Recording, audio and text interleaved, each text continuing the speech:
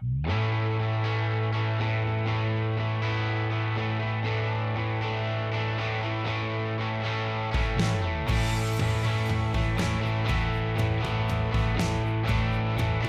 you tell me how your run went today?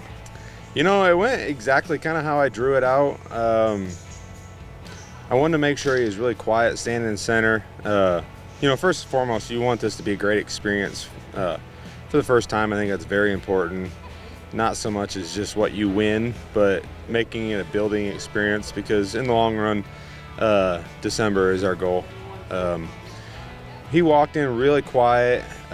He's really a stylish horse, and I think, you know, he's the type of horse that I think the judges want to mark from the moment they see him.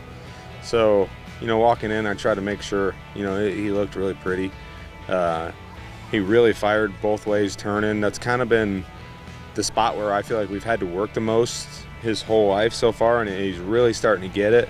What was really cool is he probably gave me a little more in the show pen. To me, that's what a show horse does. And he's the type of horse you can circle him wide open. He doesn't really want to go anywhere. He's beautiful. Maybe took me just a little while to get him hooked up in the left circle. Slowed down really good, changed leads really good. In the right circle, he hooked in, I mean, awesome. And his ears pricked forward a little bit. He stretched his neck out. He really showed up how pretty he is. Slowed down really good. I think my right circles were better than the left circles. And then he ran and drug his butt, rolled back really big to the left, but he ran and stopped big. How has he prepared this week? Did you feel confident coming in? Yeah, I have. He's been very easy. You got a creeper behind you. Those McCutcheons, I tell you. He's been very easy, and that's kind of his nature. Like, I mean, as soon as you wash him off and let him dry off, put him back in the stall, he's gonna be passed out under his fan sleeping. Like, he don't care about nothing. And I've hauled him a little bit home. We hauled him to a couple shows, and the first two shows I took him to, he was a little immature acting, but here he came off the trailer acting just like he's been to a million shows. And you know, he prepared exactly kind of how I planned it, which I'm very proud all three of my horses did. Which, you know, these horses are young, usually don't go that way, but it did. So I was very happy with that. But he's been nothing but easy.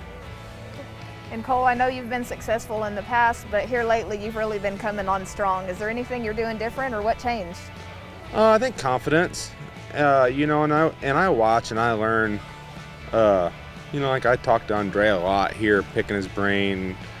You know, my buddy Brandon Brandt helps me a lot. I just watch everybody, and like, you know, my first horse I showed here, I had a bobble on him and I really dissected it. I try to break down my weak spots. Even, you know, if you have a good run, there's something you can do better.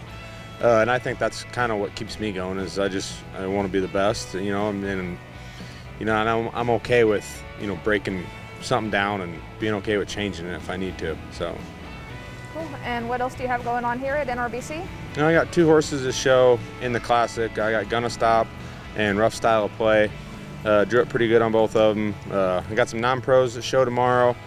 Luckily, we don't have a lot going on Sunday, so I can get caught up on the sleep and be ready for next week's show.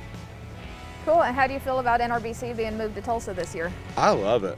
You know what? One thing I really like is, especially here, there's so many arenas to ride in.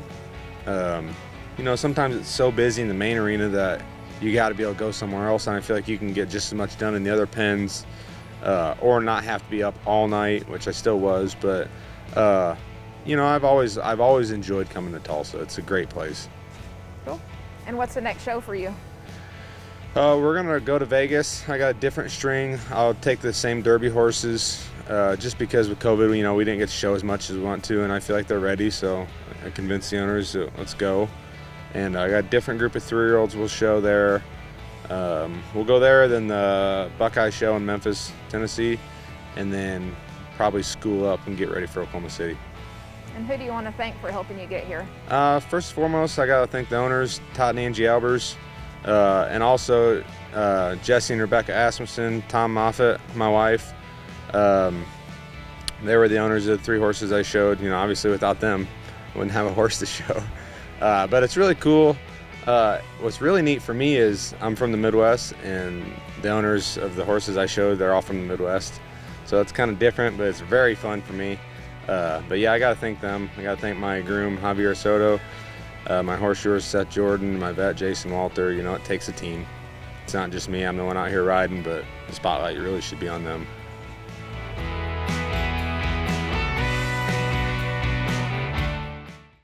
Smart Packs are a simple, foolproof way to make sure your horse always gets the supplements he needs. They're packed in convenient, customized daily doses that make feeding time fast and easy. And because they come in pre-measured doses, are clearly labeled, and sealed for freshness, there's never any doubt that your horse is getting the absolute best. After feeding, empty Smart Packs can be stacked until they're ready to be recycled. Join the thousands of people that love Smart Packs and head on over to smartpack.com to get your horse started down the healthy path today.